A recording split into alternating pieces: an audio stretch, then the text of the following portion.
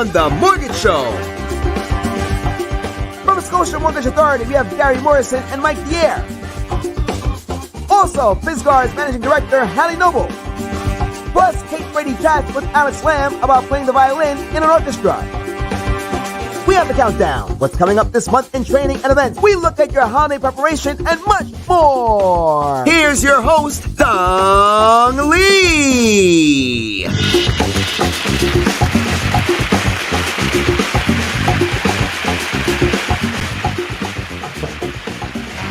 Thank you, everyone. Thank you so much.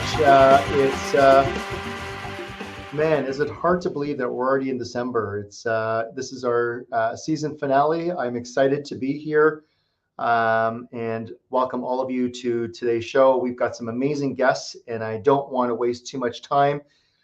Being the season finale, I thought of doing something a little bit differently. Normally, we have a countdown clock, and I take you through a whole bunch of stuff that's happening, but we're not going to do that this time. I'm actually going to give you a year in review, but just not any year in review. I'm going to give you a year in review based on the poem, "'Twas the Night Before Christmas." So that's my gift to you as we end this holiday season. Thank you for that kind comment, everybody. So here we go. Bear with me and have some fun. Here we go. "'Twas a season for brokers with challenges in sight, in a housing market tough where interest rates took flight. The DLCG brokers, undeterred and in good cheer, set out to celebrate, spreading joy far and near. Mix MIEs and private lenders so bright, alternative lending leading us to the light. In the face of adversity, DLCG shone like a star, adapting and thriving for any mortgage so bizarre. Scotia, HSBC, Fisgard in our array, First National MCAP TD in the fray. Partnership so strong, opening doors, in the mortgage world, a symphony soars. Wishing upon our lenders a dream so divine, please less conditions, more approvals to shine. A holiday wish for an easier plight from partners who make their journey so bright. National Sales Conference, Mexico's embrace, broker socials and picnics, joy in every case. Amidst the struggles, celebrations did swell, DLCG brokers, a family so swell. Velocity, a tech marvel, a beacon so bright, SMS texting, CRM, making life light. Client portals and doc transfers to lender galore, brokers rejoice, velocity they adore. From Garry, Chris, Eddie, Rich, Dustin, Kate, and more, from Kevin, Jeff, and so many others, a salute so pure. Resilience and optimism, the year ahead, DLCG brokers, with gratitude we are led. From me to you, a heartfelt adieu, gratitude for support, sincere and true. To DLCG brokers, thank you, Grant, for your dedication in every strand. As the night bids farewell and a new journeys unfurl, may the year ahead bring joy in every dancing twirl. With love and hope to each broker so swell, farewell, dear DLCG family, wishing you well. That's it. So I should mention that that was inspired by our friends at Sherwood Mortgage. Athena actually took the stage at their awards gala, and every single award she handed out, she had a poem written for each of the award winners. So it was absolutely phenomenal. I can't take full credit. I have to thank ChatGPT for giving me some inspiration as well, but absolutely amazing what things you can do. So thank you, Athena from Sherwood Mortgages, for that inspiration. Thank you as well to our friends at Velocity for sponsoring the show. We couldn't do it without you guys. And to all of you, what an incredible 2023. Well, maybe not that incredible. It's been tough for a lot of us. But I want to just remember that we should all put into perspective, life's been tough for a lot of us. In the grand scheme of things, a little bit of a down market isn't the end of the world. So happy holidays to all of you, and thank you so much for tuning in and listening to us. Couldn't have done it without you guys. Okay, with that, I don't want to waste any time because I have my good friends from Scotiabank joining us. Garry and Mike, are you here? Hey. Hey, how are you? How you doing? Good. Welcome, guys. Hey, listen, it's absolutely love having you guys on screen with us. Number two, I don't really think either one of you needs an introduction. You guys are synonymous to the industry and a couple of really strong faces for Scotiabank. So let's just get right to it, because I think our listeners kind of want to know. Maybe Garry, I'll start with you. I think it's not unfair to say that Scotiabank went through some changes over the last 12 months. Maybe just speak to what happened and why it happened and what it means for our brokers. Sure. Thanks for having us, Dong. We really appreciate being here. The last 12 months, you mentioned in your opening there that it's been a tough year for a lot of people, and even slower for us. We took a bit of a pause there in Q2, Q3, and just had focus on our deposit book and balancing our balance sheet, and I had to come up with a different way of approaching business, and I think we've done that, and we're excited about where that's going to take us. I'm like, everybody knows, it's pretty common knowledge that Scotia's been in the broker space since we started November 2009. We became SMA. We were the SES and Maple Trust joined forces, and since 2010, we've pretty much at the top of the line as far as market share goes. We've tried to stay there. We've been very present in the broker space. Last year's the one-off, really, when you look at that whole 13 or 14 years. So we have a lot of new faces here over the year. We do. We have a new president who started last year. We have a new head of Canadian banking, and we have a new head of SMA with John Webster retiring. He's only got a few weeks left. He's done at the end of this year. So Tracy Gomes came on a few months back, and was great. We've had her out across the country to meet brokers and through most of the provinces. We did the prairies in BC, and we were in Montreal and here in Toronto. And she's done a great job getting out to meet people. So very excited about where we're going. The good thing, what I noticed with the new direction we have at the top of the house, the broker space is still very important. And we typically do over 50% of the volume, and we want to stay there, and that's where we're going forward. So very happy we're there. Have a nice little plan in place for next year. So we're excited to get the ball rolling again.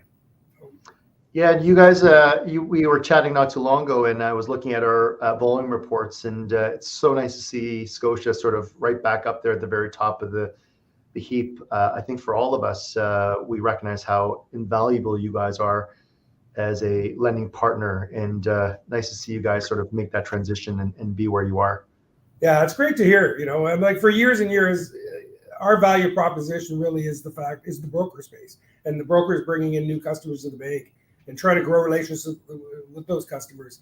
And we've really changed our approach to try to enhance that. We started with a pilot in May that showed the success that we could put it out full force. In the end of July, we was a bit of a soft launch, but with all products, all brokers, and we've seen the response has been fantastic. So it's called Mortgage Plus. That's the way we're doing business now. It gives you optionality for your customers. Multi-product, bundle up some products with the bank, and we can get you a better rate. But it also offers you the opportunity to do non-Mortgage Plus business that we've done for years. So like throughout last year's slowdown, a lot of business, we did a lot of business on business for BFS Plus and rentals and holdcos and a lot of that other stuff that is not the top of the food chain, but very important business. So we're excited to get back in all a better diverse piece of mortgage business. So. And Mike, I want to talk to you a little bit about the Mortgage Plus program.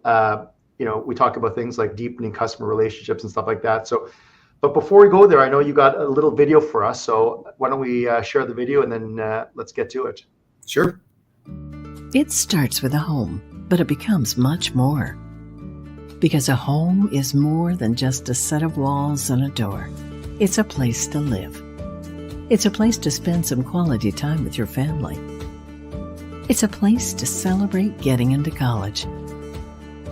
It's a place to give you peace of mind and security. Turn your house into a home with the Scotia Mortgage Plus program. The Scotia Mortgage Plus program is a banking bundle that includes a mortgage, everyday banking, investing needs, insurance, and more. When customers get a mortgage with Scotiabank, the Scotia Mortgage Plus program unlocks access to a preferred mortgage rate. Turn your house into a home with the Scotia Mortgage Plus program. Hooray. Look at that video. Mike, it's uncanny, but you guys are always leading edge, doing something different. You know, I think back to the first responders program that we worked in partnership with. The Scotia Mortgage Plus program is another interesting one, because I think if I look at all of our banking partners across the spectrum, I think it's about deepening customer relationships and being more of a partnership between brokers and the bank. So with that, Mike, maybe just take the audience through what this means if they haven't heard about it before. You said it exactly right, Don, and thanks again for having us and allowing us to talk about this new direction, as Garry said, for Scotia, and you said exactly that. You know, for any bank that's in this space, you know, obviously the mortgage volume is a huge part of what we do, and I think we've really figured that piece out collectively as our partnership with the DLC Group and Scotia Mortgage Authority. But the hardest thing for us is when you deliver new customers to the bank. What ends up happening with those customers, right? And unfortunately, you know, we've run into the problem all too often that there's a customer that may have their mortgage with us because when a broker placed them with us, but all their other banking is down the street elsewhere, right? And those single service customers make it very challenging for us economically, right? So we wanted to crack that code basically and find a way to, you know, continue to maintain a major presence in the space, but also, you know, taking all the new customers that have been brought through this channel and seeing, you know, if we can talk to them about their everyday banking, and we're talking checking accounts and credit cards and those types of products. So this is exactly how we intend to get there with the Mortgage Plus program, and it's very simple in nature. It's not a complex program, but it is really, as Garry said, it's about relationship based pricing and relationship based approach. And so, you know, we do want to prioritize customers that are interested in a full service banking relationship, and we intend to do that by being very competitive on the front. So, yeah. And Mike, it's funny because I used to work at the bank, and we used to call it market share and share of wallet. Yeah. And it was always a big deal to make sure that for every customer that came through the front doors, that you had a share of their wallet. And I think this is just you being a little bit more transparent about that being a strategic initiative for you guys. And I'm loving the fact that the brokers have embraced it, because they recognize that we can't be in this relationship together. If it's a one-way street, it's got to be a two-way street. Absolutely. And brokers have embraced it. We've been so encouraged to see the early results, as Garry mentioned, when we were in the pilot phase of this. And then since we've launched, I think it's fair to say it's exceeded our expectations, and we already had high expectations for it. But it's just particularly with this channel within the broker space, talking to brokers about just how they, like you said, you know, there's that true sense of partnership where you know, we have to put ourselves in each other's shoes, and that goes both ways. As lenders, we need to put ourselves in your shoes as brokers, and, you know, put yourself in our shoes as lenders, and kind of how we make our business work. And I think that partnership spirit has really been noticed, and that goes to the top of the house here at Scotia over the past several months as this program's been embraced. And you know, it's been very successful. Some of the feedback I hear from brokers are just that, you know, it is an opportune time to talk about a banking relationship with a client. If they're in the process of, you know, buying their first home, for example, it is an excellent opportunity to, you know, see if maybe the solutions that we can offer are better than what they currently have. And we've already realized that works. So we're excited to keep evolving it as we go. Yeah. And Mike, it's interesting. Do you get any pushback from brokers about, I'm a broker, I only sell mortgages. Why are you making me sell all this other stuff? What's sort of been the Well, to be clear, Don, we're not asking brokers to sell any other any of the retail products that we're talking about generally. It's more that it's presenting the offer and saying, if Scotia's determined to be the best lender for that customer's mortgage, there's two sets of rates, and that goes for regardless of what their product is and term and everything. There's generally going to be two rates. There's going to be a standard rate and there's going to be a bundled rate. And the conversation is as simple as, if you have the additional products, you unlock a lower rate than you otherwise would have accessible to you. And then it's the customer's decision. They, as Garry mentioned, we absolutely still offer just our standard rates for customers that aren't interested in anything else, and that's totally fine.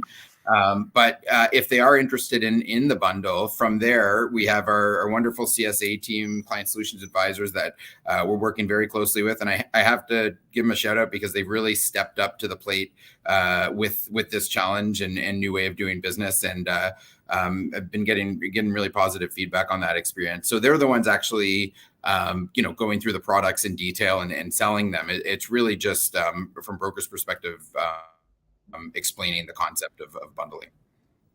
When the app comes in, Don, we're really looking for the broker just to explain that they've had the conversation and that's what the customer's looking for, and we'll take it from there. Yeah, wonderful. And I think for brokers, it makes a lot of sense if you got the customer, attention, and you're talking about a mortgage product. A lot of the stuff goes hand in hand. I know a lot of our brokers are ex-bankers, so they get this holistic view of a customer relationship, and it works out just nicely. So makes 100%. Absolutely. Yeah. Yeah. So if you want, Dong, just very briefly walk through what that is, just the nuts and bolts of the program. And I think the next slide has some details on it. But essentially, it is a 120-day rate guarantee once the deal becomes live. We're not currently offering these bundled rates at the rate hold pre-approval stage as of yet.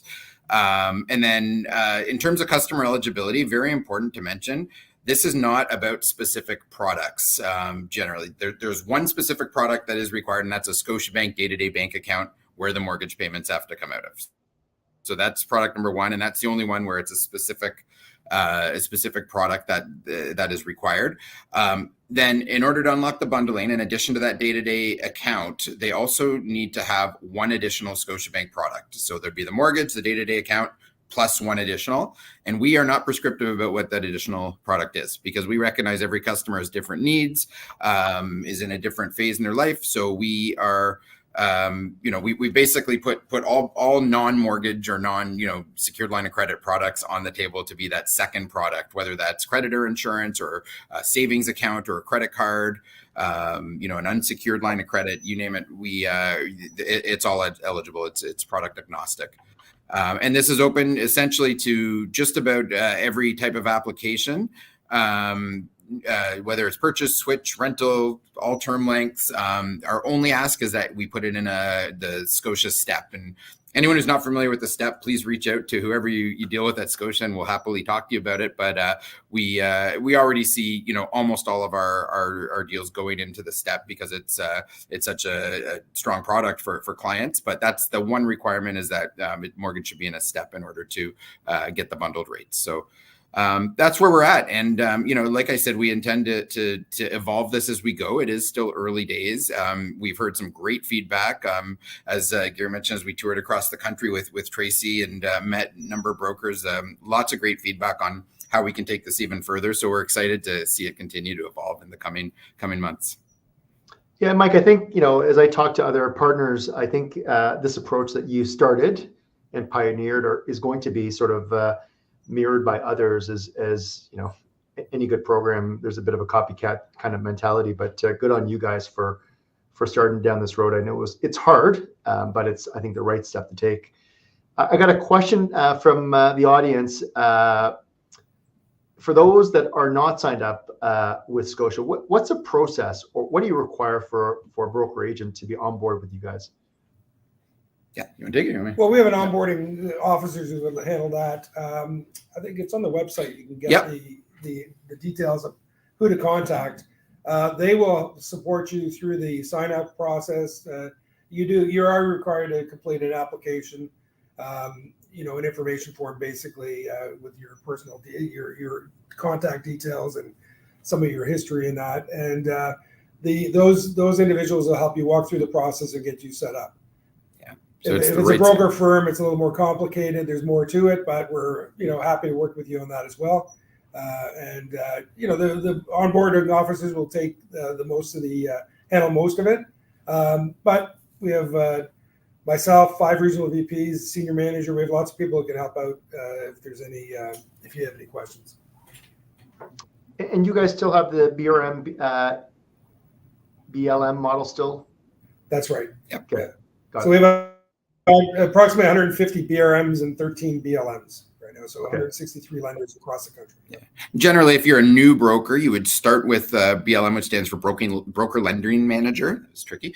And they would get you up and running. The broker lending managers are more there to, start, train, help you out if you're new to the industry or just new to Scotia. And once we've developed a relationship and there's a threshold of volume there, you would move to one of our broker relationship managers as kind of a permanent Scotia person. And for anyone that isn't familiar, the beauty of that is that it's a combination of an underwriter, a condition fulfillment person, and a BDM all in one, and they're your one point of contact with Scotia. Yeah. And talk about pioneering ideas. Your BRM model was first to market, and again, copied by others, but I don't think not nearly as well as what you guys do, but kudos to that. Okay. That's over 20 years old now. Yeah. Like when you think about it, I've been 19 years with Maple, I guess. And yeah. So, unbelievable. Yeah. Yeah. And listen, and kudos to you guys for really being strong partners for us in this channel. Like, man, I don't know where we would be as an industry if it wasn't for the things that you guys delivered to the channel. I think you and I spoke about this before, but I said one of the really nice things is when you guys went through that bit of a transition where you pulled back on volumes, and when you came back to market and you introduced the Scotia Plus mortgage program, your brokers and your supporters came back in droves. And really is a testament to the loyalty and support for all of you at the bank and the relationships you guys have created over the years. It's absolutely astonishing. And we really appreciate that that level of support and partnership. Yeah. Likewise. Yeah, partnership between DLC Group and Scotia, I think, is definitely one for the ages. It's just it's been a long run, and it's better than ever today. So Dong, you and the whole team, we really appreciate all you do. Yeah, likewise. Hey, listen, just a couple minutes left. If you had words of wisdom, as we close up the calendar year, heading into a new year. Anything new and exciting with the bank that you are able to share? Just maybe a few words from each of you, just as we sort of wrap this up. Well, I'll pass on one bit from last year. We talked about last year being a slow year, and us taking a bit of a pause there. We did take that into light, and when we look at the next year, when we consider volume bonus tiers and targets for next year, or the tiers, sorry. We're going to look back at your volume in fiscal 22. I want to make sure everyone understands that. So where you landed in fiscal 22 is going to be where you start in fiscal 24. I thought it was very important to, as the partnership we talked about, to make sure we took care of you on that end. Yeah. So just to be clear, you're going to use 2022 volumes as the benchmark to move you into 2024. So not looking at 2023. Yeah, 23 we're going to do as a do-over. Yeah, it's a leap year. It's skipped. Wow, I didn't know that. That's listen, from a bank, that's absolutely incredible. Good on you guys. Wow. So take a look at what you ended fiscal 22 with, and then that's what you should be starting next year. Yeah. Wow. Yeah. Incredible. And I would just echo to what Garry said earlier, Dong, like a lot of leadership changes within Scotia, as I think everyone's aware of. But the new leadership has been nothing but fully supportive of this channel and our business. And so I think it's very bright days ahead. Thank you for everyone's support with us in a very challenging year this past year. But it's very optimistic at our office these days. We think that things are moving in the right direction. Obviously, the market's still very challenging, and we're not out of the woods on that yet for any of us. But we're optimistic that there's good days ahead, and looking forward to seeing what we can do together next year. Yeah, and I think I just end by saying for those brokers out there that are not supportive of the new model that you guys have created, I think you are in the dinosaur ages to think that the things are not evolving and changing. I would say that all of our bank lending partners that are in our space are looking for deepening customer relationships, and recognize that that no different if you walked to the branch and you had no product versus a customer that had 10 products, pricing would be slightly different. So, for brokers that enjoyed the days where it was one price fits all, things have changed, and really do look forward to sort of finding ways of deepening this relationship and making sure that we're good partners to one another. And really excited about your new leadership team, and thankful that they are supportive of the channel. We would be remiss if we didn't. We're thankful for that, and obviously sad to see John go. He's been a big part of this industry for a long time, and I know he's got a good relationship with Garry and others. So I'm sure he'll be at parties and events showing his face. So we really do appreciate it. So Garry and Mike, just thank you so much. Partnership is absolutely incredible. You just said it's for the ages, and thank you so much for spending time with for all of us in this busy December month. Thanks, Dong. Appreciate the time.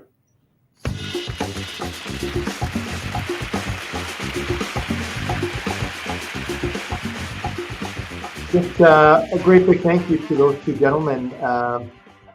I think when we go through times of change, there's a little bit of uncertainty. I think we'd be remiss if we were a little bit worried about Scotia at one point, but you heard it from Garry and Mike. They're back. Their numbers are strong, and encouraged that they're back strong in our channel, and thankful for that. We're moving on to our next segment. I actually know this gentleman, Alex Lam. He's actually with a brokerage called Newbridge, which is a franchise of mortgage architects. I got a chance to meet and hang out with Alex at a Newbridge Christmas party a few years ago. The one really cool thing about Alex is he plays the violin like nobody can play the violin. And I'm really excited about this next segment where he gets to talk to Kate Brady on a segment we call Cool Things Our Brokers Do Besides Mortgages. This is 5 Minutes with Kate Brady. These are the cool things our brokers do besides mortgages. These are really pretty cool things that they do. Hello and welcome to another episode of Cool Things Our Brokers Do Besides Mortgages. I am joined by Alex Lam of Mortgage Architects to talk to us about his musical journey, and I am so excited to have you. Welcome, Alex. Well, thanks so much for having me. I'm so excited about this as well. Oh, as soon as I heard that you are a professional musician, you love to play the violin, I was so excited to speak to you.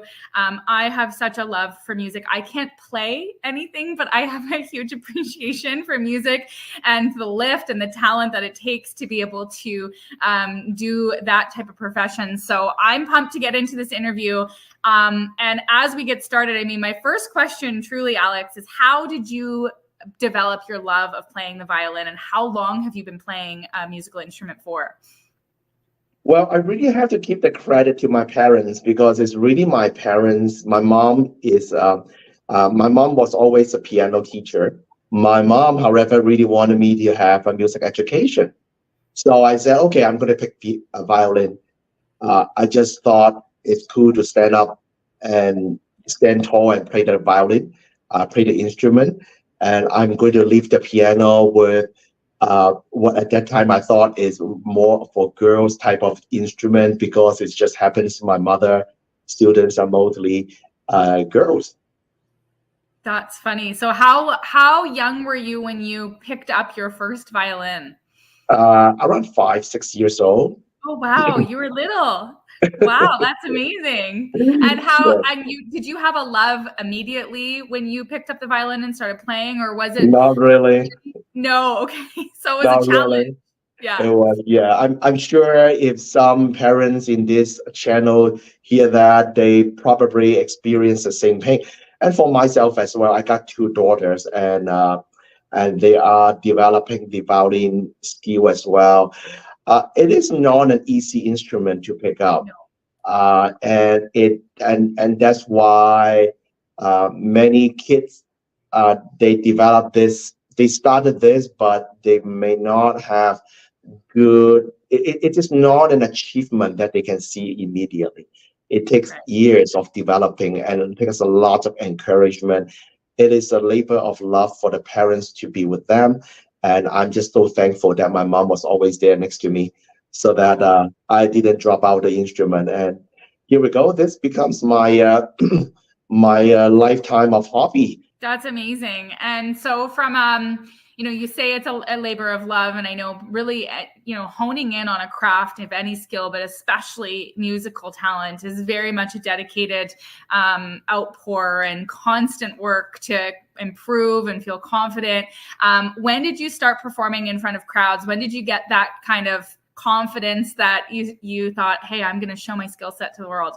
My mother started to encourage me and put me in orchestra performance. I was able to started to have this orchestra routine, weekly training since primary school and all the way. One thing that I would say is that once you know about the instrument, I always encourage people to pick it up again. Relaunch your music. It's never too late to launch it, because it is just a treasure, not just a treasure inside of myself, but also to share the love of this. It's a joy to many people, and in return, we got a lot of joy. It's a great balance in life. Oh, I love that. And obviously your joy for music continues. I understand that you currently play a lot of charitable performances. You give back to nonprofits. You give your time and energy throughout your community. So tell us a little bit about kind of that side of things and how your love for the violin has morphed into things you're doing today. Oh, of course, yes. We are playing I'm very passionate about playing in community orchestra, because this is where we think that musicians who are in love with music, that we gather together, we share the passion without the stress. And then we go out there, we find organizations that needs us to have that opportunity for us, as well as exposure for the people who might not have the opportunity. For example, retirement home, we talk about Yihong, mansion. We also talk about some concert that we give out for free. Some concerts are not, just so that we can cover up the cost of our venue. So this is what we are still actively seeking opportunities to have this exposure to other people, because this is what we love doing. That's amazing. And you're doing it obviously on nights and weekends and in some of your free time. So how does the community that's watching us now, we've got an incredible following of mortgage agents and industry partners.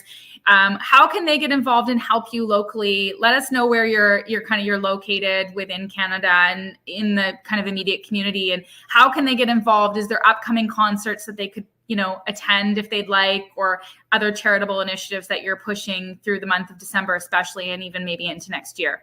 Oh, yeah, of course. We have the people who would like to get involved are people either they are donation. We always accept donation. We have our own website. It's called ocms.ca. So ocms.ca is our website, or I guess they can get in touch with Dominion Lending as well for more information if they need to. That's amazing. And the one thing I neglected to ask you, how many people are in your orchestra when you're doing all of these different performances? And how long have you been playing all together? We still have a core group of about 15 people. Wow. We have just finished a fundraising event for World Vision. That we have over 100 people, because we involve choirs as well. We're looking for community choir who would join our orchestra, and we play Disney music or in the 80s music, because this is what the audience likes to hear. Of we course. always welcome people to join us. That's amazing. My final question, as we are kind of running out of time here on our segment, is what is your favorite music to play? I know you just mentioned 80s and some other genres, and you're playing obviously to the crowd, but personally, if you pick up the violin and you just want to feel good, what are you going to go to? I am not necessarily everybody will agree with me, but I still Bach. Johann Sebastian Bach is still my favorite. It could be boring for some people, but it's just something that we get trained on very much on that music. Yes, it is a very, very old music. It's a Baroque music. It's beautiful. Yes. But always we also want to have a balance of the classical pop music as well, such as Cinema Paradiso, Autumn Leaf. That's amazing. Well, I hope one day that I can hear you play in real life, in person. But for now, I wish you all the very best and the success with your orchestra and yourself and all the amazing things you're doing for your community heading into December and into 2024. So it's been a real pleasure, Alex. Thank you so much for telling us about your journey and everything that you're up to. I'm going to throw it back to Dong in the studio, and I'm wishing everyone a very happy holidays and an incredible start to 2024. These are really pretty cool things that they do.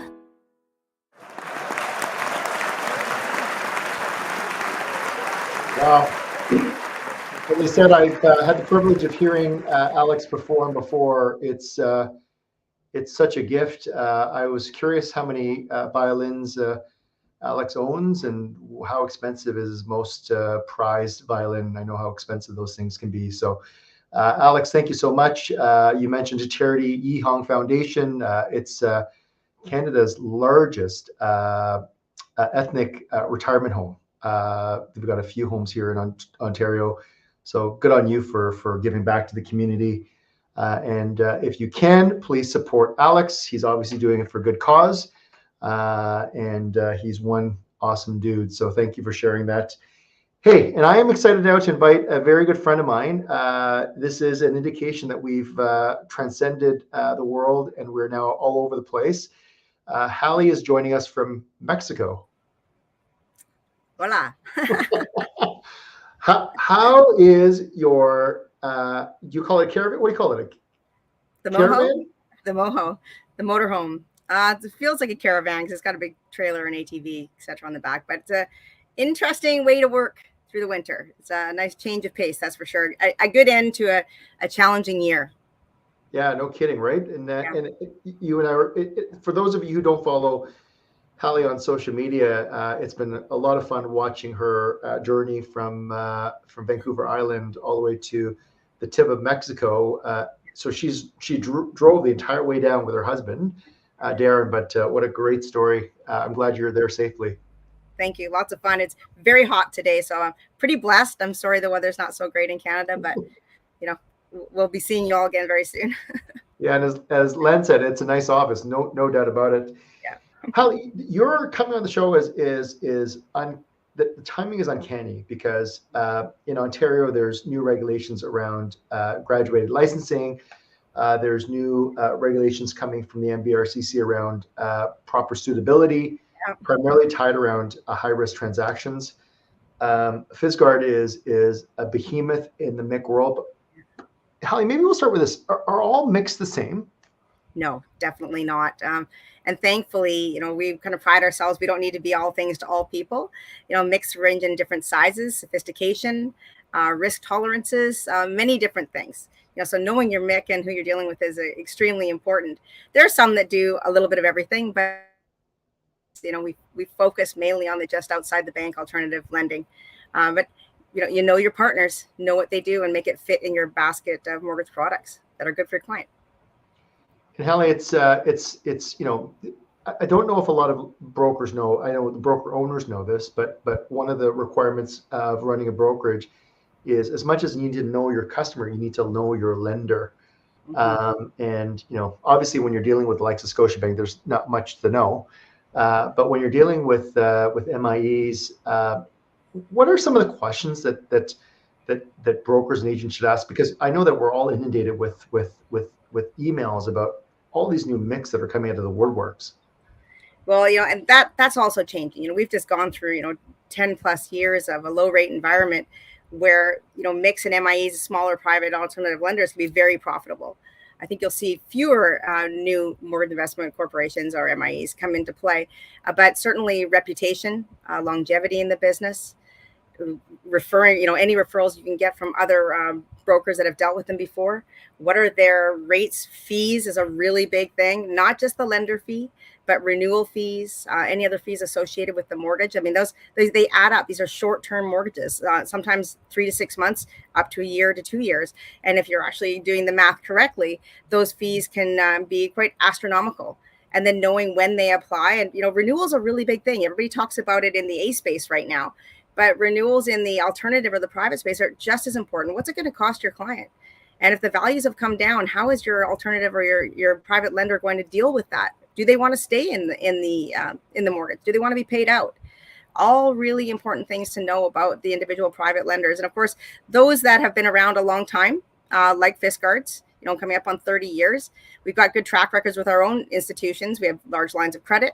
And of course, if you're getting a large line of credit from an institution, they're going to have done their due diligence on you as well. So you know that when you're dealing with a MIC or MIE like ourselves, we've gone through all sorts of vetting, and there's nothing private about the industry that we're in. We're highly regulated with multiple regulators per province, audited often, twice a year by each of these regulators. So it's not. I should say it's complicated, but knowing who you're dealing with is extremely important. And I think everybody's noticed that in the last year. What we see on a lot of the blogs right now is, hey, I got to get my client, my broker, the broker's posting this, got to get my client out of a private mortgage, but they still need to go into another private because they don't qualify based on new rates and maybe lower values to get into something that is maybe a B or even an A lender. Yeah, it's a little bit of tough times for those borrowers. Hali, I was talking to Chris Chung, I know a good friend of yours as well, and he said to me, he goes, he runs a good MIC, and he said, Dong, how do I tell my brokers that you need to read past page 1 of the commitment, right? Right. Like all you looked at was the rate, the term, the lender fee, and then you sold the product, but you didn't look any deeper to as you said, to ask about, terms of renewal, prepayment penalties.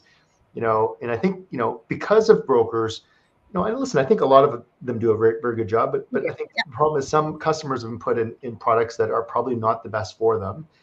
And because of that, we've got the ire of the regulators, asking harder questions on all brokers and brokerages to do the right thing. So plus, I think where suitability came into play, is more than just, potentially a large brokerage fee or broker fee for that broker. Was there a better product out there for that private or that alternative borrower? Did you do your research? Is it suitable? Can they get out of this? It's a good thing for the consumer. It's not a bad thing for the industry either. I hate to say it, the majority of lenders are great, but there are some that are fairly usurious. And in times like these, when a borrower can't get out, what are they going to do? They have no choice but to stay in and pay a larger fee or have that fee added to their mortgage. A good friend of ours, Ed Cardos, great man, had a conversation one time, and he said to me, Dong, I was looking at this MIC portfolio, and lo and behold, I'm looking at it and I'm thinking more than half of these mortgages in here should have been deals that Home Trust should have underwritten and closed. Yeah. But they went through a MIC instead. And this raises an interesting question, because I know you and I have had this conversation before, but your industry and the mortgage broker industry are now going to be regulated by FINTRAC, anti-money laundering, terrorism financing. So, a lot of the reasons why those deals didn't go to Home and Equitables and Community Trusts of the world is because the broker said, I don't want to give all this paperwork up or do all this work. I'd rather just put it through a MIC or a private lender. I think those days are gone, are they not, Hali? I think so. That was, the path of least resistance in some cases. Sometimes it was, a necessity of time. So it wasn't just that maybe the deal had to close sooner, but certainly with suitability and with AML. I mean, AML, we deal with that on our investor side already. Of course, we've been dealing with our realtor partners for many, many years, new to the other end, the mortgage lending side of the business. But yeah, it's certainly going to add another layer to everything that we do. We have compliance already on the investment side, but certainly, developing a compliance regime on our mortgage lending side, more customer due diligence, customer ID. They think of ID fraud. One of the biggest issues that we have in Canadian mortgage space right now is fraud, and ID fraud is a big part of that. Huge amount of record keeping, transaction reporting, all sorts of new guidelines that are coming up. The documents are out now, and actually BLG has a website if anyone wants to look at it. It's aumlaw.com that breaks down these new rules that will come to play. I think it's October 2024 that we all have to be ready for this. And it is a big new regime. You know what I think is going to be interesting, Dong, those? What are we going to do as an industry and as individual brokerages with those that are doing lending through individual private lenders? Do you know your client? How do you know where their money's coming from if it's not a registered RSP, a plan like that? If it's just $50,000 cash sitting somewhere, what is the obligation going to be to the brokerage? Because they're reliable for everything the broker agent does. Those are really interesting times, and certainly better for the consumer. Ultimately, I think it's better for the investors, as a whole. But it's going to add this whole other layer that we as an industry are going to have to start to deal with, and very quickly. Yeah, and Hali, it was I saw it come through about a month ago, and then I went on the website where they list all the fines that they've handed out, and just trying to see if this thing's for real. And oh my gosh, real estate brokerage has been fined, lenders have been fined. Like, these guys are for real. So this is a big deal for all of us to sort of put our heads around. It's a big deal. And the small fine is $1,000. And then they say for a minor fine is $1,000. For a serious fine, it's up to $100,000. And for a very serious fine or a breach is up to $500,000 corporately, and then $100,000 individually. And they can come in and audit your company at any given time. And it's going to be interesting how that looks. And, are they going to be making cases out of someone? I'm not sure, but certainly there's more out there, and fines, etc., than I think we know about. so let's make. I got a fan on me. It's just hot in here right now. Anyways, that's funny.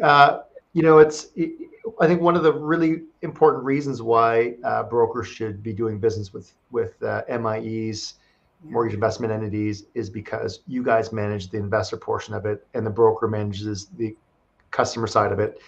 And I think a lot of people forget that in E&O claims, most of the claims are related to private mortgage transactions, and it's not the customer who sues, it's the investor who sues. So that's why I've always advocated for doing more business with people like you and Fisgard, is because why take that burden and liability on to deal with private lenders? You don't know what you don't know unless you've been through hardship. And I think a lot of brokers just make that mistake. Maybe if you just speak to that a little bit, Hali. I know you've been around a long time. You don't know what you don't know. Well, yes, we've just gone through such a long run of an appreciating market. Like I said, low rates, appreciating values. Nobody's really gone through this, or the majority of brokers that I know that haven't been around a long time have gone through a time when, markets have dropped. They can't get out of this mortgage. They're getting sued. And we all know how, if it's not in writing, and this I'm talking about the individual private investors, and you've told them something that you have not documented, everything has to be documented, or chances are your E&O is going to be paying them out. And there's a lot of that right now. And it's really unfortunate, because I don't think it's the majority of people or brokers out there meant to do it, or, we're being, you're not trying to be criminal about it. It's just a market change, and it's very difficult to get through the things that we're going through right now. But there are many good lenders out there that will help your clients, many good mix and MIEs. We all have different pools of money and buckets of risk tolerance that we want, that we have for our investors. Try to put that the right way. And really, you got to get out there and know your lenders. We always talk about that in the A and the B world. Know your lenders, know their products, know all their guidelines. It's really no different in the alternative space. Hali, for all these, so maybe just because I think it's really, really important we sort of touch on this point, just remind brokers, because we're all inundated with emails and advertisements of mix lending money out. You got a customer, come to me.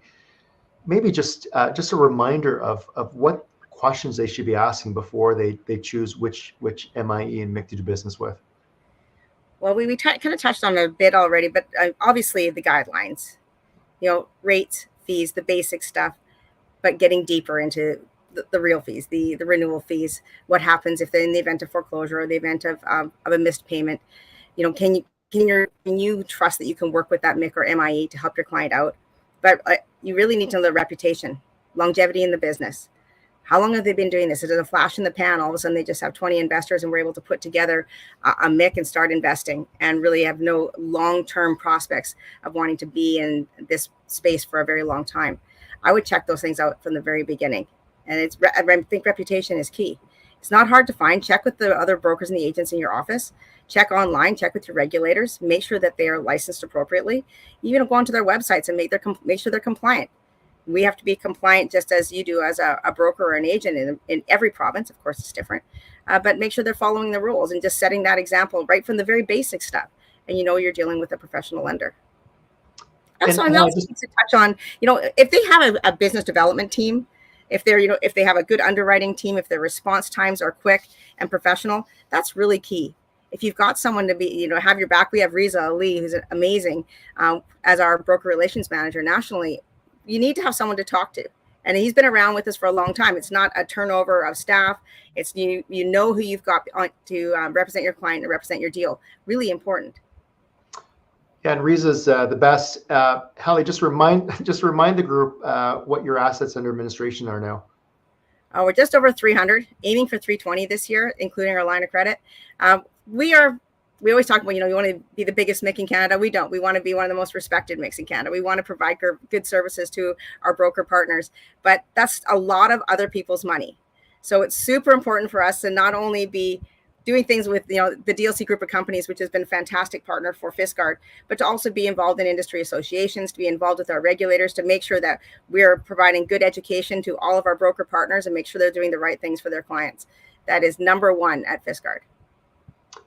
Hali, I'm just so thankful that you could join us today. For all our brokers out there who gripe about your broker owners not approving more MIC partners, there's a good reason for it. I don't know of a single brokerage out there that doesn't have Fisgard as one of their approved mortgage investment companies that they do business with. A good reason for it.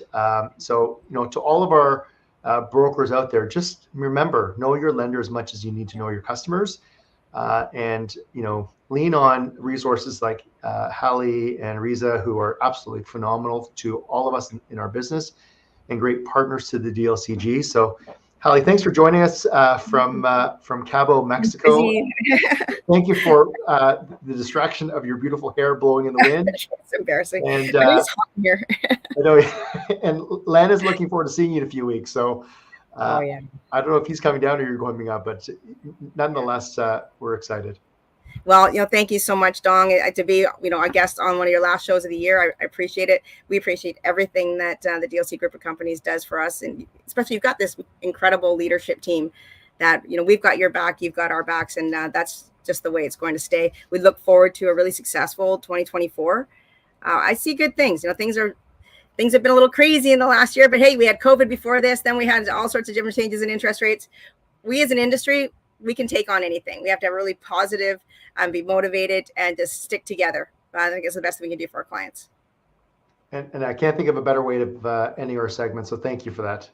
Thanks, Dong. Appreciate being here.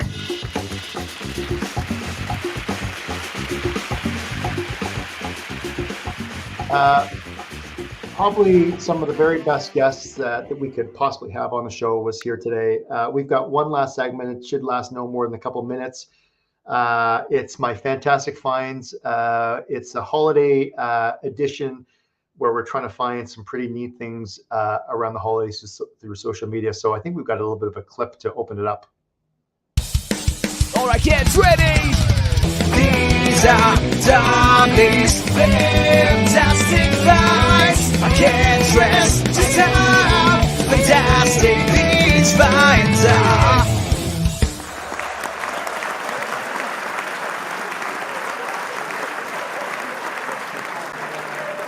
So I searched high and low, and I couldn't think of a better way to start than Linda Giannoni from Mortgage Architects. This is her lovely Christmas tree. She just bought a house. She moved in her house a little while ago. Anyways, I'm sure she's going to enjoy her place with her grandkids. Linda, so thankful that you shared that beautiful tree on social media with us. I am thrilled because our people are all about giving back. And this is Liz from Your Mortgage Your Way. She's already raised over $8,000. She does some incredible things year over year. So if you know Liz on social media, please jump on her website. This is her fifth annual Christmas charity run, and your favorite elves are back. So make sure that you support Liz in the amazing work she does by finding time. What would be holidays without gatherings? This is Don McVicker and the entire team at Mortgage Centre Canada, the premier Atlantic Conference. As you can see, they got together and shared a few drinks over the holidays. So thank you, Don, for doing that and being an amazing brokerage. You guys are a powerhouse in Atlantic Canada, and thank you for that. This is our very own Dave Teixeira from our head office. He, like the Griswolds, like to find the very biggest tree they can find so they can take it back to their house. Dave drives a electric car, and he straps that Merry Christmas tree to the top of it. And he will be on the next version of the Griswolds Christmas Vacation, something like that. Anyways, thanks, Dave, for sharing that photo with us on social media. Rob and Mark are two of the very best owners at Mortgage Centre Canada.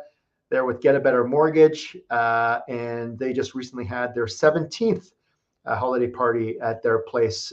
They opened it up for lenders and their brokers. So Mark and Rob, thank you for that. I used to actually underwrite for them when I was a TD, so I've got a bit of a history with those guys. Steve Daynard is a broker with us at Mortgage Architects. He has got one hilarious sense of humor.